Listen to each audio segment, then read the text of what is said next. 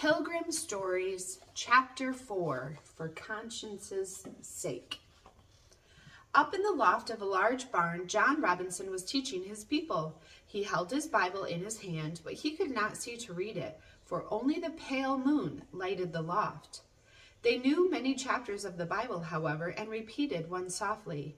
Suddenly they heard voices outside. "I saw 2 men go into this barn," said one soldier. "And I saw a woman and 2 children," said another. "I believe they are meeting for worship. Let us find out. Come, men." Up in the loft the people heard and trembled. The men tried to hide the women and children in safe places, then turned to face the soldiers. Up the old stairs they came. "We have found you at last," they cried. "Come with us." So the men were taken away to prison, and their families returned to their lonely homes.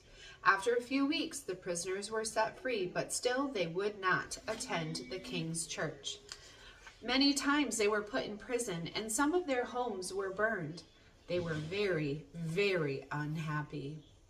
One day the men of the little church met to talk about their troubles and plan some way to help matters.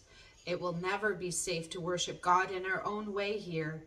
Even now, 3 of our friends are in prison, and the rest of us may be there by night," said one. "I fear we must leave England," said their pastor. "Yet I do not know where we could go to be free. We should be in just as great danger in many other countries." "You know I spent several years in Holland when I was a young man," said Elder Brewster. "There everyone is free to worship as he likes, and so many people come from France, England, and Spain. The Dutch are glad to have honest people from any land make homes in their country." Then he told them about the fine free schools in Holland where they could send their children, and about the fishing fleets, the beautiful cities, and the great silk and woolen mills where they could all find work. Holland was not very far from England, so it would not cost as much to go there as to some other places. After thinking about it for some time, it was decided that all who could would go to Holland in the autumn. All summer they quietly planned how to leave England.